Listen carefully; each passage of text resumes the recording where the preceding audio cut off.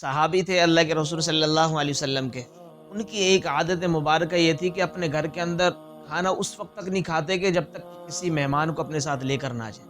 یہاں تک کہ ان کی بیوی کھانا پکا پکا کر تھک ہار گئی،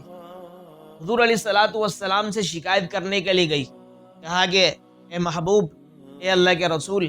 میرے جو شوہر ہیں ان کی شکایت کے لیے آپ کے پاس میں آئی ہوں کہ یہ اتنے مہمانوں کو گھر پر لے کر آتے ہیں کہ ہر وقت جو بھی ان کا کھانے کا ٹائم ہوتا ہے، صبح دوپہر شام، اس وقت ان کے ساتھ 2 3 1 لازمی مہمان ہوتے ہیں۔ حضور علیہ الصلاۃ والسلام نے کہا چلیں ٹھیک ہے، آپ جائیں، میں سمجھاتا ہوں۔ حضور علیہ الصلاۃ والسلام نے ان کے جانے کے بعد ان کے شوہر کو بلایا، بلانے کے بعد کہا بھئی آج آپ کے گھر کے اندر میں مہمان بن کر آؤں، کہ چلے میں جا کے کہتا ہوں اللہ کے رسول، بڑی خوشی کی بات ہے۔ تو انہوں نے اپنی بیوی سے کہا کہ آج ہمارے گھر پر ایک اور مہمان آ رہے ہیں، خاص مہمان ہے، کیا وہ کون ہے؟ وہ اللہ کے رسول صلی اللہ علیہ وسلم۔ تو بڑی بیوی ان کی خوش ہو گئی کہ ہاں ٹھیک ہے، قسم قسم کے کھانا بنائے، ساری چیزیں تیار کر، ڈشیں سارے سامنے رکھ دی، اللہ کے رسول صلی اللہ علیہ وسلم نے نوش فرمایا، جتنا نوش فرمانا تھا کھایا، تناول فرمایا۔ اس کے بعد جب مہمان اپنے اس میزبانی سے مہمانی سے فارغ ہو کر جانے لگے حضور علیہ الصلوۃ والسلام، تو ان کی جو اہلیہ تھی، بیوی تھی، ان سے کہا کہ اے فلاں خاتون، اب میں جا رہا ہوں، جاتے وقت میرے پاؤں کی طرف دیکھنا۔ حضور علیہ الصلوۃ والسلام جیسے جانے لگے، ان کے قدموں کے وہاں سے، ان کے گھر کے اندر سے حضور علیہ الصلوۃ والسلام کے پاؤں کے پیچھے پیچھے بچھو، سانپ، پتہ نہیں کیا کیا اژدہا جا رہے تھے ساتھ۔ یہ خاتون آپ کو معلوم نہیں، دیکھ رہی ہو کیا یہ؟ کہا اللہ کے رسول یہ تو سانپ ہے، اژدہے ہیں، یہ تو بچھو ہیں، اتنے کیڑے مکوڑے کہ میں ان کا شمار نہیں کر سکتی۔ کہا جب کوئی مہمان آتا ہے کسی کے گھر پر، جب وہاں سے جاتا ہے تو اپنے ساتھ سارے بلیات اور آفات کو لے کے چلے جاتے ہیں، گھر کو بالکل صاف ستھرا کر کے چلے جاتے ہیں۔ میرے واجب الاحترام، قابل صد تکریم، معزز دوستو اور عزیز طلبہ، آج ہمارا یہاں پر آنا صرف اس لیے ہے کہ طلبہ کرام کے اعزاز میں، ان کے مہمان نوازی کے اندر، اور اسی طریقے سے ان کے اکرام میں ہم یہاں پر جمع ہوئے ہیں۔ اور ہماری یہ ماشاءاللہ سے جمیل بھائی ہیں، کافی ٹائم سے کہہ رہے تھے کہ کوئی ہمارے گھر پہ دعوت ہو، تو ان سے ہم نے گزارش کی ان کے طلبہ کرام کی کچھ دعوت کر دی جائے تاکہ اس بہانے سے ہم سب آ جائیں گے۔ انہوں نے ماشاءاللہ لبیک و سعدک کہتے ہوئے کہا کہ ٹھیک ہے آپ ہمارے گھر پر آ جائیں، فلاں ٹائم رکھ لیتے ہیں۔ تو الحمدللہ اس وقت کے مطابق ہم یہاں پر پہنچ گئے ہیں۔ الحمدللہ انہوں نے بھی بڑے اچھے اعتبار سے استقبال کیا۔ ہم یہاں پر جمع ہیں اور آپ کے سامنے بات یہ کرنے لگا ہوں کہ اللہ کے حبیب صلی اللہ علیہ وسلم نے ارشاد فرمایا کہ من کان یؤمن باللہ والیوم الآخر فلیکرم ضیفہ، کہ جو بندہ اللہ پر اور آخرت کے دن پر یقین رکھتا ہے، اس کو چاہیے کہ اپنے پڑوسی کا اکرام کرے، اپنے مہمان نوازوں کی مہمان نوازی کرے۔ ایک تو مطلقاً مہمان ہوتے ہیں کہ ہمارے گھر پر کوئی رشتہ دار آ جائے، کوئی عزیز آ جائے، کوئی اقربا میں سے کوئی بھی بندہ تشریف لے آئے، چاہے وہ بھائی ہو، چاہے وہ ماموں ہوں، چاہے وہ نانی ہوں، چاہے وہ کوئی بھی ہو عزیز و اقارب میں سے۔ لیکن ایک مہمان وہ ہوتا ہے کہ جس کو رسول اللہ صلی اللہ علیہ وسلم کا مہمان قرار دیا جاتا ہے،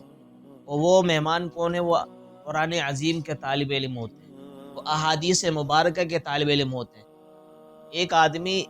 ایک عام مطلق مہمان کی مہمان نوازی کرتا ہے تو اس پر کتنا اجر ملتا ہے، لیکن ایک بندہ رسول اللہ صلی اللہ علیہ وسلم کے ساتھ جن کی مناسبت ہے، جن مہمانوں کی، ان مہمانوں کی میزبانی کرتا ہے تو اس کی کتنی بڑی اور کیا فضیلت ہوگی۔ اللہ کے حبیب صلی اللہ علیہ وسلم نے یہاں پہ جو فرمایا کہ من کان یؤمن باللہ والیوم الآخر، یہ سمجھنے کا نقطہ ہے،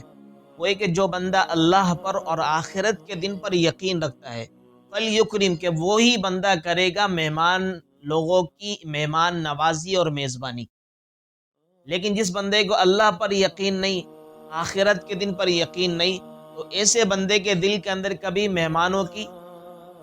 آرام کے اعتبار سے، آرائش کے اعتبار سے، ان کی میزبانی کے اعتبار سے کبھی فکر، کبھی سوچ نہیں آئے گی اسی کے دل کے اندر جو اللہ پر بھی ایمان رکھتا ہو اور آخرت کے دن پر بھی ایمان رکھتا ہو، اور جس کے اندر ایمان ہو، آخرت کے اعتبار سے تیاری کی فکر ہو، وہی شخص اس طرح کے کاموں کے اندر بڑھ چڑھ کر حصہ لیتا ہے۔ تو اللہ رب العالمین کا شکریہ ادا کرنا چاہیے کہ اللہ تعالیٰ آپ نے ایسے لوگوں میں سے، ایسے اشخاص میں سے، ایسے افراد میں سے ہمیں بنایا ہے کہ جن افراد کے اندر ایمان بھی موجود ہے، جن افراد کے اندر آخرت کے اعتبار سے یقین بھی موجود ہے۔ اسی لیے تو اللہ رب العالمین نے فرمایا کہ ہمارے دل میں یہ سوچ اور یہ فکر، یہ کڑن، یہ درد پیدا کی کہ رب اگر آپ نے ہمیں اپنے مال میں سے مال عطا کیا ہے تو اس مال کو ہم خرچ کریں اپنے آپ کے محبوب کے یاروں پر، آپ کے محبوب کے مہمانوں پر۔ آپ پیغمبر صلی اللہ علیہ وسلم لاڈلے ہیں، پیارے ہیں، آپ نے جو کچھ عطا کیا ہے اللہ اپنے محبوب کے ذریعے سے، اپنے محبوب کے وسیلے سے ہمیں عطا کیا ہے۔ اگر ہم عطا کریں گے، ہم مہمانوں کی میزبانی کریں گے، ہم طلباء کرام کا اکرام کریں گے، تو یہ آپ کے رسول کے مہمان ہیں۔ جب آپ کا رسول خوش ہوگا تو آپ خود بخود خوش ہوتے چلیں گے۔ تو اس پہ ایک چھوٹا سا واقعہ ہے، بلکہ یہ بھی حدیث ہے۔ ایک مرتبہ ایک صحابی تھے اللہ کے رسول صلی اللہ علیہ وسلم کے، ان کی ایک عادت مبارکہ یہ تھی کہ اپنے گھر کے اندر کھانا اس وقت تک نہیں کھاتے کہ جب تک کہ کسی مہمان کو اپنے ساتھ لے کر نہ جائے۔ مہمان ان کے ساتھ روزانہ کئی 2 3 4 1 لازمی آتے، یہاں تک کہ ان کی بیوی کھانا پکا پکا کر تھک ہار گئی، حضور علیہ الصلاۃ والسلام سے شکایت کرنے کے لیے گئی، کہا کہ اے محبوب، اے اللہ کے رسول، میرے جو شوہر ہیں ان کی شکایت کے لیے آپ کے پاس میں آئی ہوں۔ کہ وہ شکایت کیا ہے؟ کہ وہ شکایت یہ ہے کہ یہ اتنے مہمانوں کو گھر پر لے کر آتے ہیں کہ ہر وقت جو بھی ان کا کھانے کا ٹائم ہوتا ہے، صبح دوپہر شام، اس وقت ان کے ساتھ 2 3 1 لازمی مہمان ہوتے ہیں۔ اب میں بنا بنا کر پکا پکا کر تھک گئی ہوں، لہٰذا آپ کے پاس شکایت لے کر آئی ہوں، لہٰذا ان کا آپ سمجھائیے۔ حضور علیہ الصلاۃ والسلام نے کہا چلیں ٹھیک ہے، آپ جائیں، میں سمجھا۔ حضور علیہ الصلاۃ والسلام نے ان کے جانے کے بعد ان کے شوہر کو بلایا، بلانے کے بعد کہا بھئی آج آپ کے گھر کے اندر میں مہمان بن کر آؤں، اپنی بیوی کو کہہ دینا کہ چلے میں جا کے کہتا ہوں اللہ کے رسول، بڑی خوشی کی بات ہے۔ تو انہوں نے اپنی بیوی سے کہا کہ آج ہمارے گھر پر ایک اور مہمان آ رہے، خاص مہمان ہے۔ کیا وہ کون ہے؟ وہ اللہ کے رسول صلی اللہ علیہ وسلم۔ تو بڑی بیوی ان کی خوش ہو گئی کہ ہاں ٹھیک ہے، قسم قسم کے کھانا بنائے، ساری چیزیں تیار کر، ڈشیں سارے سامنے رکھ دی۔ اللہ کے رسول صلی اللہ علیہ وسلم نے نوش فرمایا، جتنا نوش فرمانا تھا کھایا، تناول فرمایا۔ اس کے بعد جب مہمان اپنے اس میزبانی سے فارغ ہو کر، مہمانی سے فارغ ہو کر جانے لگے حضور علیہ الصلوۃ والسلام، تو ان کی جو اہلیہ تھی، بیوی تھی، ان سے کہا کہ اے فلاں خاتون، اب میں جا رہا ہوں، جاتے وقت میرے پاؤں کی طرف دیکھنا، میرے جو قدم ہیں ان کی طرف دیکھنا۔ حضور علیہ الصلوۃ والسلام جیسے جانے لگے، ان کے قدموں کے وہاں سے،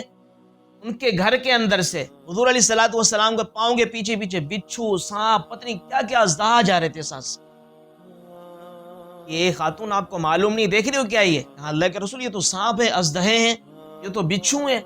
اتنے کیڑے مکوڑے کہ میں ان کا شمار نہیں کر سکتی۔ آج جب کوئی مہمان آتا ہے کسی کے گھر پر، جب وہاں سے جاتا ہے تو اپنے ساتھ سارے بلیات اور آفات کو لے کے چلا جاتا ہے، گھر کو بالکل صاف ستھرا کر کے چلے جاتا ہے۔ اتنی فضیلت ہے اس کی۔ لیکن آج اللہ معاف فرمائے کہ ہمارے ہاں معاشرے کا المیہ یہ ہے، مہمان کو ایک زحمت سمجھا جاتا ہے، رحمت نہیں سمجھتے کہ مہمان ہمارے گھر پہ آ جاتے ہیں۔ ہمارے اساتذہ تو ایک بہت پیاری بات فرماتے تھے، کہنے لگے کہ جب کبھی ایسا ہوتا ہے کہ ہمارے گھر میں 2 دن یا 3 دن ایسے ہو جاتے ہیں کوئی مہمان نہیں آتا، ہمیں فکر ہونے لگ جاتی کہ ہمارے ایمان میں کوئی کمی تو نہیں آ گئی ہے، ہمارے جو آخرت کے اعتبار سے جو فکر ہے اس میں کمی تو نہیں آ گئی ہے۔ یا پھر ہم خود کہتے ہیں یار آپ گھر پہ تشریف نہیں لا رہے، آپ آیا کرو۔ ہمارے اساتذہ اس چیز کا بڑا وہ کرتے ہیں، بہت اہتمام کرتے ہیں کہ کوئی بھی ہو، کوئی ایک چھوٹا سا طالب علم ہو، کہ کوئی نہیں ملتا میں اپنے گھر پہ طلبہ کو بلا لیتا ہوں، کوئی نہیں آتا پڑوسیوں کو بلا لیتا ہوں، کوئی نہیں آتا میں کسی نہ کسی مقتدی کو کھینچ کے اپنے گھر پہ لے آؤ، تو نہیں بھی میرے گھر میں آ جاؤ، کچھ میرے ساتھ کھاؤ، کہ کم از کم یہ جو میزبانی کا معاملہ، مہمانی کا معاملہ چلتا رہے، ختم نہ ہو جائے۔ ہمارے ہاں ہوتا یہ ہے کہ جو ہمارے کوئی رشتہ دار ہو اس کو تو بلاتے ہیں اور کبھی آ بھی جاتے اتفاقاً، لیکن جو بیچارہ دور کا ہو، اس کو جو کوئی بھی نہیں پوچھتا، اس کو ہم بھی نہیں پوچھتے۔ لیکن اللہ کا شکر ادا کرنا چاہیے، اللہ تعالیٰ نے یہ مسلمانوں کو سارے کے سارے فضائل سے نوازا ہے، مسلمانوں کو یہ رحمتوں کا اللہ تعالیٰ نے اپنی رحمت نازل کرنے کا ایک بہترین موقع عنایت فرمایا۔ اور بسا اوقات آدمی یہ سمجھتا ہے کہ یار کوئی مہمان آئے گا میرے گھر پر، میں اس کے لیے بندوبست کروں گا، اتنا پیسہ لگے گا، اتنا یہ لگے گا، اتنا اپنے ٹائم ضائع ہوگا، اتنا ایسے سے اپنے آپ کو بالکل متاثر کروں گا، کسی سے ملاقات کرنی ہے، کسی کے پاس جانا ہے، کاروباری اعتبار سے بات کرنی ہے، وہ میرا پورا کا پورا ٹائم یہی لگ جائے گا۔ اللہ کے ایسا مسئلہ نہیں ہے، اللہ کی قسم اگر یہ وقت لگائیں گے نا 2 گھنٹے 3 گھنٹے کسی کے ساتھ ہم لگائیں گے، اپنا متعین کر لیں گے بھائی مجھے مہمانوں کی میزبانی کرنی ہے، اس سے فائدہ ہوگا کیا؟ اس سے فائدہ یہ ہوگا کہ آدمی کا وہ ٹائم بھی بچ جائے گا، اللہ تعالیٰ اس 5,000 اگر خرچہ ہوا ہے 10,000 ڈبل اس میں دیں گے۔ پھر اللہ کے رسول صلی اللہ علیہ وسلم جب وہاں سے جا رہے تھے یہ بھی فرمائے کہ خاتون، اے میری بچی یاد رکھنا کہ کسی مہمان جو آتا ہے، مہمان کے آنے سے کمی نہیں ہوتی رزق میں، مہمان اپنا رزق اپنے ساتھ لے کر آتا ہے۔ آپ کو اندازہ نہیں ہوگا جو آپ کے ڈشیں آپ نے میرے لیے سامنے تیار کی ہیں، اس میں سے میں نے کیا کچھ کھایا ہے، جو کچھ کھایا اتنا ہی برابر ہے ابھی بھی وہ۔ ہم سمجھتے ہیں کہ یار ہم ظاہر ہی بات ہے ہمارا جو ہے نا ظاہر پر وہ ہے، ہم ظاہر کا مکلف اور ظاہر پر ہمارا ایمان ہے۔ ہم دیکھتے ہیں کہ یار تھوڑا یہاں سے پلیٹ کے اندر کچھ رکھا ہوا ہے، یہ ہم نے کھا لیا، کھانے کے بعد یہ آدھی پلیٹ رہ گئی اور آدھی پلیٹ ہم کھا چکے ہیں، حالانکہ اصل چیز جو جمع ہوئی ہے نا وہ یہ ہم نے کھا لی ہے۔ ما عندکم ینفد وما عند اللہ باق، اللہ فرماتے ہیں کہ جو آپ نے مہمانوں پر خرچ کیا، جو اللہ رب العالمین کے راستے میں لگا دیا، کسی متقی آدمی کے ہاتھ میں تھما دیا، وہ تو جمع ہو گیا اللہ کے اکاؤنٹ میں، لیکن جو تمہارے سامنے ظاہر ہے وہ ختم ہو رہا ہے۔ اللہ تعالیٰ کا شکریہ ادا کرنا چاہیے کہ اللہ رب العالمین نے ہمیں مسلمان بنایا ہے اور مسلمان گھرانے میں پیدا فرمایا، اور اللہ تعالیٰ نے اپنے عطا کردہ مال میں سے ہمیں مال عطا فرمایا۔ اللہ رب العالمین نے اپنے عطا کردہ اولاد میں سے اولاد عطا فرمائی ہے۔ جن کے ہاں اولاد نہیں ہے، جن کے ہاں مال نہیں ہے، ان کی آپ دیکھو معاشرہ کیسا ہے، راتوں کو نیندیں نہیں ہیں، بیچاروں کو دل کے اندر سکون نہیں ہے، بے اطمینانی، بے چینی اور بے سکونی کی زندگی بیچارے بسر کر رہے ہیں۔ اللہ کا شکریہ ادا کرے جن کے پاس مال بھی ہے، سب کچھ ہے، اس کے باوجود وہ بے چین ہے، بے اطمینان ہے۔ وجہ اس کی یہ کہ اللہ پر اور آخرت کے دن پر یقین نہیں ہے، اور صرف مال کے اوپر ان کا یقین در مال اور مال اور مال، کتنوں کو کیا کچھ دینا ہے، کتنوں سے کیا کچھ لینا ہے، بس اسی چیز کے اندر زندگی گزر رہی ہے، آخرت کی فکر نہیں۔ آخرت کی اگر فکر ہوگی انشاءاللہ العزیز یہ دنیا بھی اللہ تعالیٰ آسان کر دیں گے اور آخرت بھی آسان کر دیں گے۔ اصل چیز تو ہماری آخرت ہے، یہ دنیا تو ہمارے لیے کچھ پتہ نہیں ہے، اب ہمارے پاس کتنی مال و جائیداد ہے، وراثت ہے، ہم کتنے ورثے کے مالک ہیں، سب کچھ پتہ ہے ہمیں، لیکن جیسے ہی آنکھ بند ہو گئی کفن میں جیب بھی نہیں، 1 روپیہ جس ساتھ نہیں جا سکتا، صرف ساتھ وہی جائے گا کہ جو بندہ نیک عمل کر کے جائے گا، برا عمل کر کے جائے گا، جو بھی کچھ کرے، برا کرے گا نیک کرے گا، سب اس کے ساتھ جائے گا۔ اللہ تعالیٰ فرما رہے ہیں ان الذین آمنوا وعملوا الصالحات، کہ جو لوگ ایمان لے کر آ گئے اور نیک اعمال کر کے چلے گئے، اولئک هم خیر البریہ، یہی بہترین مخلوق ہے۔ ان الذین کفروا من اہل الکتاب والمشرکین،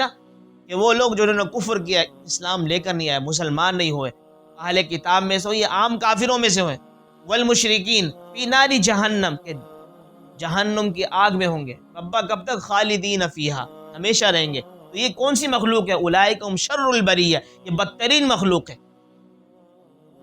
ایک بہترین مخلوق قرار دیا ایمان والوں کو، اور کافروں کو بدترین مخلوق قرار دیا۔ اب ہم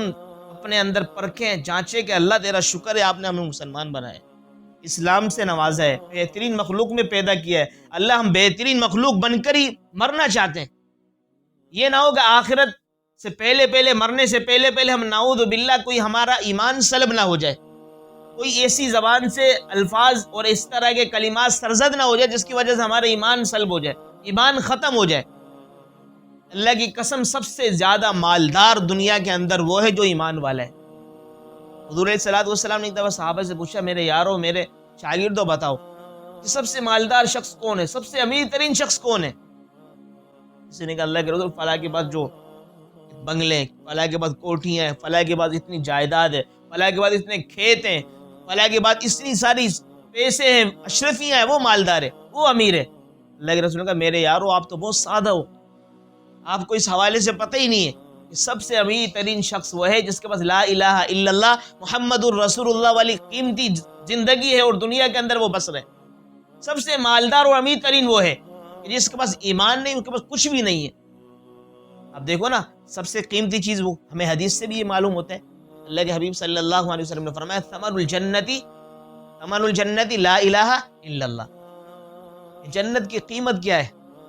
لا الہ الا اللہ محمد الرسول اللہ۔ جنت کی قیمت لا الہ الا اللہ محمد الرسول اللہ ہے۔ کیا مطلب ہے لا الہ الا اللہ محمد الرسول اللہ؟ لا الہ الا اللہ کا مطلب یہ ہے کہ ہم صرف اور صرف اللہ رب العالمین کو وحدہ لا شریک مانتے ہیں، اس کے علاوہ کسی کو بھی نہیں، جتنے بھی ہیں کسی کو سجدے کا کوئی مستحق نہیں ہے، کوئی معبود حق نہیں ہے، کوئی مسجود حق نہیں ہے، کوئی عبادت کے لائق نہیں ہے، صرف اللہ ہے۔ اور محمد الرسول اللہ کا کیا مطلب ہے؟ اس کا مطلب ہم پوری 24 گھنٹے کی جو زندگی ہے نا ہماری، آپ علیہ الصلوۃ والسلام کی سیرت کے مطابق، آپ علیہ الصلوۃ والسلام کے طریقوں کے مطابق، آپ علیہ الصلوۃ والسلام کے جتنے بھی بتائے ہوئے طریقے ہیں وہ اپنی زندگیوں میں ہم گزاریں۔ ایک مرتبہ صحابہ کرام میں سے کسی صحابی سے یہود و نصارہ سوال کرنے لگے، بھئی آپ تو کہتے ہیں کہ ہماری پوری 24 گھنٹے کی زندگی عبادت شمار کی جاتی ہے، وہ کیسے؟ ہاں بھئی شمار کی جاتی ہے ہماری زندگی تو، وہ کیسے کی جاتی ہے؟ اس میں تو آپ سوتے بھی ہیں 24 گھنٹے میں، 8 گھنٹے 9 گھنٹے سوتے بھی ہیں، اس کے بعد کھانا کھاتے بھی ہیں، اسی طریقے سے آرام بھی کرتے ہیں، ساتھ ساتھ آپ بیت الخلاء بھی استعمال کرتے ہیں، سب کرتے ہیں۔ 10 گھنٹے تو تمہارے یوں نکل گئے کم از کم، 14 گھنٹے تمہاری عبادت شمار کی جا سکتی ہے، لیکن 24 گھنٹے کیسے؟ صحابی نے بہت پیارا جملہ ارشاد فرمایا، بہت پیارا جواب دیا۔ کہا ہمارے نبی صلی اللہ علیہ وسلم نے ہمیں جو طریقے بتلائے ہیں ان طریقوں کے مطابق ہم بیت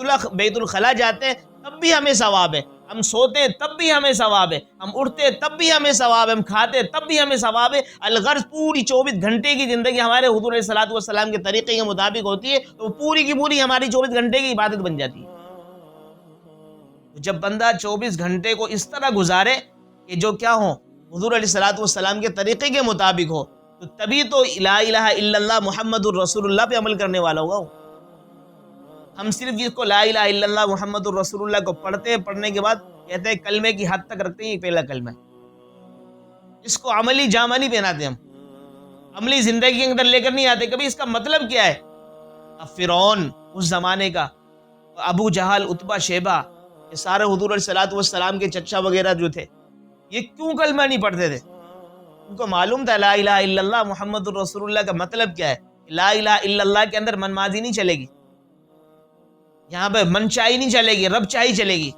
یا صرف ایک اللہ کے سامنے جھکنا پڑے گا۔ 360 جو بت ہم نے بنائے ہوئے مکہ کے اندر کھڑے کیے ہوئے ان کو چھوڑنا پڑے گا، اور محمد الرسول اللہ فرمایا کہ پہلے تو ہم اپنے اپنے طریقوں کے مطابق زندگی گزارتے ہیں، ان تمام طریقوں کو چھوڑنے پڑے گا، صرف ایک طریقے کو اپنانا پڑے گا جو محمد عربی صلی اللہ علیہ وسلم کا طریقہ۔ اس لیے ہمیں بھی اپنی زندگی کے اندر نظر ثانی کرنی چاہیے، ہمیں دہرانا چاہیے اپنے آپ کو، روزانہ فکر کرنی چاہیے۔ صبح ہم جب اٹھیں، اٹھنے کے بعد اپنی جو بھی معمولات کریں، شام اسی طریقے سے رات ہو جائے، جب سونے لگے سونے سے پہلے محاسبہ کریں کہ آج میں نے صبح سے لے کے شام تک کیا نیک اعمال کیے ہیں، کیا برا اعمال کیے ہیں۔ اگر نیک اعمال کا پلہ ہمارا اگر بھاری ہو تو اللہ کا شکریہ ادا کریں، اور جو چھوٹے موٹے گناہ ہو گئے اللہ سے معافی مانگے، اللہ مجھ سے یہ گناہ ہو گئے مجھے معاف کر دینا، آئندہ یہ نہیں کروں گا، پھر کل دوبارہ اسی طرح اپنی ترتیب رکھیں۔ اگر اللہ نہ کرے جس دن ہم محاسبہ کر رہے ہو گناہ کا پلہ بھاری ہو، گناہ زیادہ ہو جائے، پھر اللہ سے زیادہ رو رو کے مانگے، ربا مجھ سے گناہ زیادہ ہو گئے، میں تو مسلمان ہوں، میں لا الہ الا اللہ محمد الرسول اللہ کی شرط پر زندگی گزارنے والا ہوں، لیکن مجھ سے اتنے زیادہ گناہ کیوں ہو گئے؟ آیا میں کفر کی طرف تو نہیں جا رہا؟ اللہ سے اپنے گناہوں کی معافی مانگے۔ ہمارے اساتذہ فرماتے ہیں کہ جب بندہ اپنے گناہوں پہ روتا رہتا ہے نا، روتا رہتا ہے، ایک وقت آتا ہے اللہ تعالیٰ سارے گناہوں کو مٹا کر نیکیاں رکھ دیتے ہیں اور اس بندے کو نیکی پر کھڑا کر دیتے ہیں، لیکن ہمارے اندر ہوتا کیا ہے؟ ہڑ درمی ہوتی ہے، ایک چیز ہم گناہ کرتے ہیں، اس گناہ پہ پھر ڈٹ بھی جاتے ہیں۔ اصل چیز یقین کریں، چاہے وہ گناہ ہو چاہے وہ نیکی ہو، اس پر ڈٹ جانا اصل ہوتا ہے۔ اگر آپ گناہ کر رہے ہیں اس پہ ڈٹ گئے بیڑا غرق ہوگی، اگر اس کو چھوڑ دیا کامیاب ہو گئے۔ نیکی کر رہے ہیں اگر اس پہ ڈٹ گئے، استقامت مل گئی تو کامیاب ہو گئے۔ جیسے اللہ تعالیٰ نے خود فرمایا ان الذین قالوا ربنا اللہ، کہ بے شک وہ لوگ جنہوں نے کہا ہمارا رب اللہ ہے، ثم استقاموا، پھر اس پہ استقامت پذیر ہو گئے، ڈٹ گئے، جم گئے، ثابت قدم ہو گئے۔ پھر آگے اللہ کیا فرما رہے؟ دیکھو یہاں پر اللہ رب العالمین مہمان نوازی فرما رہے تھے، ان الذین قالوا ربنا اللہ ثم استقاموا تتنزل علیہم الملائکہ، کہ جو بندہ کہے گا میرا رب اللہ ہے، لا الہ الا اللہ محمد الرسول اللہ، کہ میرا صرف اللہ ایک ہے، وہی عبادت کے لائق ہے، وہی معبود حق ہے، وہی برحق ہے، اسی کی میں عبادت کروں گا، محمد الرسول اللہ، اور اسی کے بتائے ہوئے جو طریقے ہیں رسول اللہ صلی اللہ علیہ وسلم کی زبان سے ان پر زندگی گزاروں گا، اس پر ڈٹ گیا تو تتنزل علیہم الملائکہ، تو فرشتوں کا نزول ہوتا ہے، فرشتے آتے ہیں، رحمتوں کا نزول ہوتا ہے، رحمتوں کا اللہ تعالیٰ کی طرف سے نزول کس کے ذریعے سے ہوتا ہے؟ فرشتوں کے ذریعے سے۔ اللہ تخافوا، کہتے ہیں اللہ تخافوا، ڈرو مت، اب ولا تحزنوا، غم بھی مت کرو، نہ ڈرو نہ غم کرو، اب سب کچھ تمہیں ملنے والا ہے۔ اللہ تخافوا ولا تحزنوا وابشروا بالجنۃ التي كنتم توعدون، اور تمہیں خوشخبری دی جاتی ہے اس جنت کی جس کا تم سے وعدہ کیا گیا تھا۔ پھر اللہ آگے فرما رہے نحن اولیاؤکم فی الحیات الدنیا، ہم ہی تمہارے زندگی کے اندر بھی دوست ہیں۔ جب بندہ ڈٹ جاتا ہے لا الہ الا اللہ محمد الرسول اللہ کہہ کر، اسی پر اپنی زندگی کو بجا لاتا ہے، زندگی کی پوری زندگی اسی کے مطابق گزارتا ہے، پھر اللہ تعالیٰ اس کو یوں فرماتے ہیں، اس کی مہمان نوازی کرتے ہیں، رحمتوں کا نزول ہو رہا ہے، پھر اللہ اس کے سامنے اعلان کر رہے تو ڈر بھی مت، غم بھی مت کر، تجھے خوشخبری دی جاتی ہے اس جنت کی جس جنت کا تجھ سے وعدہ کیا گیا تھا۔ وہ کون سی جنت؟ اللہ تعالیٰ دوسری جگہ فرماتے ہیں فَأَمَّا مَنْ أُوتِيَ كِتَابَهُ بِيَمِينِهِ وَيَقُولُ هَاؤُمُ اقْرَءُوا كِتَابِيَهْ، جب بندہ جنت میں جائے گا تو ظاہر سی بات ہے اس کو سیدھے ہاتھ کے اندر اعمال نامہ ملے گا، پھر وہ کہے گا فَيَقُولُ هَاؤُمُ اقْرَءُوا كِتَابِيَهْ، یہ دیکھو میرا اعمال نامہ ہے، یہ دیکھو مجھے رزلٹ مل گیا، نتیجہ مل گیا، سب کو دکھائے گا، میں پوزیشن میں نے لی ہے، پہلی پوزیشن، دوسری، تیسری، پھر اللہ کے سامنے وہ کرے گا اللہ تعالیٰ میں اسی کا گمان کرتا تھا، فی جنت عالیہ، بلند و بالا مقامات میں ہوگا، فی عیشت راضیہ، پھر بہترین ایسی عیش و عشرت کی زندگی گزارے گا جو اس کو راضی کر دے گی، خوش کر دے گی۔ اللہ فرمائے گا وابشروا بالجنۃ التي كنتم توعدون، تمہیں خوشخبری دی جاتی ہے ایسی جنت کی جس جنت کا تم سے وعدہ کیا گیا تھا۔ نحن اولیاؤکم فی الحیات الدنیا وفی الآخرہ، اور اب ہم تمہارے دوست ہیں دنیا کے اندر بھی اور آخرت کے اندر۔ اب اندازہ لگاؤ جب ایک دنیا کے اندر کوئی اچھا دوست دنیاوی اعتبار سے مل جائے، دنیاوی اعتبار سے کوئی اچھا مخلص دوست مل جائے تو آدمی کی زندگی اچھی ہو جاتی ہے، لیکن جس بندے سے دوستی کا وعدہ اللہ رب العالمین کر رہے ہوں وہ بندہ کیا بہترین خوش نصیب بن جائے گا، دنیا میں بھی اور آخرت میں بھی۔ ایک دوستی تو یہ ہمارے دنیاوی اعتبار سے، دنیا کے اندر ہمارا دوست ہے، جب تک اس کو کھلا رہے پلا رہے ہمارا مخلص دوست، جسے کھلانے پلانا بند کر دیا وہ ختم، دوستی ختم۔ لیکن اللہ رب العالمین تو ایسے دوست ہیں جس کو کھانے کی ضرورت نہیں، کھانے کی حاجت نہیں، کسی کی شہوت کی ضرورت نہیں، کسی کی خوبصورتی کی ضرورت نہیں، بس اللہ تعالیٰ اخلاص دیکھتے دل کے اندر۔ نحن اولیاؤکم فی الحیات الدنیا وفی الآخرہ، اللہ فرما رہا ہے ایسے بندے کا ہم دوست بن جائیں گے دنیا میں بھی اور آخرت کے اندر بھی۔ آگے کیا فرمایا وَلَكُمْ فِيهَا مَا تَشْتَهِي أَنفُسُكُمْ وَلَكُمْ فِيهَا مَا تَدَّعُونَ، اور تمہارے لیے وہ کچھ ہوگا جو تم چاہو گے دنیا کے اندر بھی اور آخرت کے اندر بھی، جو پکارو گے تمہارے فرمائش ہوگی فوراً تمہاری فرمائش میں پورا کر دوں گا۔ ابا یہ ہوگا کیوں؟ یہ اس لیے ہوگا کہ تم نے دنیا کے اندر رہ کر زندگی کس طرح گزاری، کلمے پر رہ کر، کلمے پر جم کر زندگی گزاری، نزلا من غفور الرحیم، اب یہ میں رب غفور کی طرف سے مہمان نوازی ہے تمہاری۔ اللہ تعالیٰ سے دعا ہے کہ اللہ رب العالمین ہمیں سچا اور پکا اور بالکل مخلص ہو کر اپنے دین کے ساتھ چلنے والا بنائے، اور اپنے مسلمانوں کی ہمدردی، کڑھن اور فکر ہمیں رکھنے والا بنائے۔ اللہ تعالیٰ کا شکریہ ادا کرنا چاہیے کہ اللہ رب العالمین آپ نے ہمیں ایمان والا بنائے۔ ایمان کے مقابلے میں خدا کی قسم کچھ بھی نہیں ہے، کچھ بھی نہیں ہے۔ ایمان ہے تو سب کچھ ہے، ورنہ کچھ بھی نہیں ہے۔ حضور علیہ الصلوۃ والسلام اپنے چچا کے انتقال پر اتنا رو کیوں رہے تھے؟ مال کی کمی تھی، جائیداد کی کمی تھی؟ پورا مکہ کے والی تھے، وہ متولی تھے مکہ کے، کیوں رو رہے تھے؟ پوری دنیا کے والے ان سے مشورہ کرنے آتے تھے، ان سے اپنی میٹنگ وغیرہ اٹینڈ کرواتے تھے، ساری چیزیں کرواتے تھے، لیکن رو کیوں رہے اللہ کے رسول؟